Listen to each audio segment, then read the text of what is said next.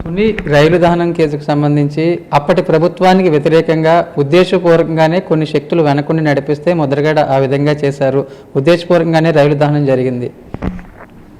Sir అన్ని రకాల enquiry చేయించారు సార్ చంద్రబాబు నాయుడు గారు. ఇంకా మా మీద ఇంకా ఆ కేసుని మీరు అడగటం సబ్బా సార్. అన్ని రకాల ఎంక్వైరీ చేసుకున్నారు సార్. ఎవరు చేయించారో ఆయన తెలుసు, అన్నీ తెలుసు సార్. అధికారంలో ఉండి ఏమైనా చేయగల సముద్రుడు ఆయన, ఇంకెక్కువ అడగద్దు.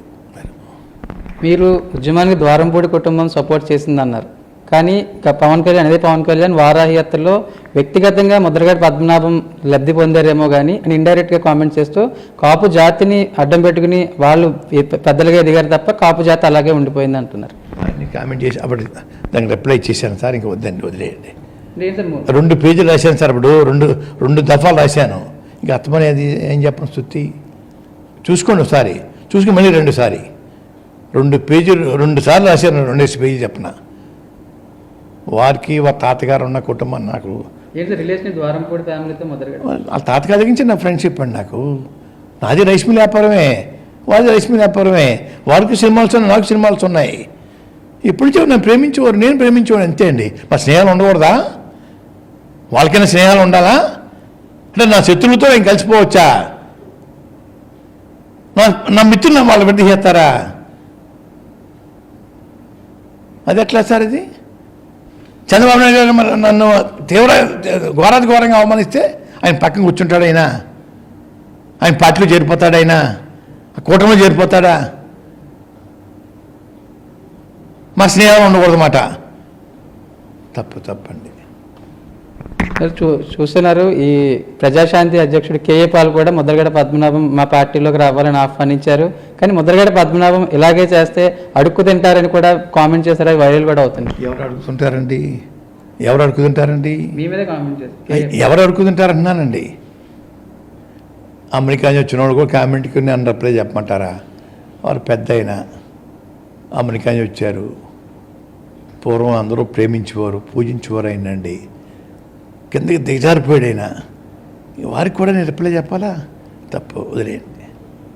మీరు వైసీపీలో జాయిన్ అయ్యారు, ఎటువంటి హామీ లేదంటున్నారు. కానీ ప్రచారం మాత్రం ముద్రగడ పద్మనాభంకు రాజ్యసభ కన్ఫర్మ్ అయిపోయింది, వాళ్ళ అబ్బాయికి నామినేటెడ్ పదవి కన్ఫర్మ్ అయిపోయింది. ఆ హామీతోనే ముద్రగడ పద్మనాభం వైసీపీలో జాయిన్ అయ్యారనే చర్చ కూడా జరుగుతుంది. ఏ హామీ అడగలేదండి నేను. వారు ఇస్తే పుచ్చుకుంటానండి. తర్వాత ఏ కండిషన్ పెట్టదలుచుకోలేదు నేను.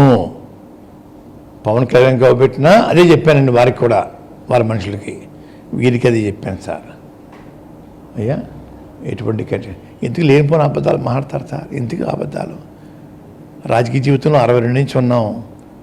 అయ్యా ఇంకోటి సార్, బాధాకరమైన విషయం ఏంటంటే వారు వీర మహిళల చేత మమ్మల్ని తిట్టిస్తూ ఉన్నారు.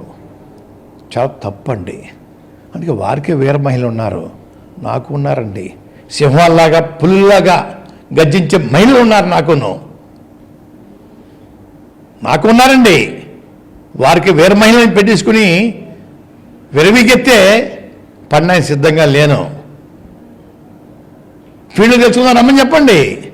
మా వీర మహిళల మీదకి మా గర్జించే మహిళలు ఫైటింగ్ రమ్మని చెప్పండి. వీర మహిళలు ఏంటి, ఏం చేస్తారండి వీర మహిళలు? అదే మాట్లాడి కూడా ప్రోత్సహించడం నాయకత్వం స్వభావం అండి. ఇది తప్పు. ఆత్మని చెప్పండి.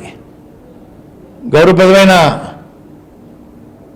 నాయకత్వం వహించారు మీ పార్టీకి, జనసేన పార్టీకి.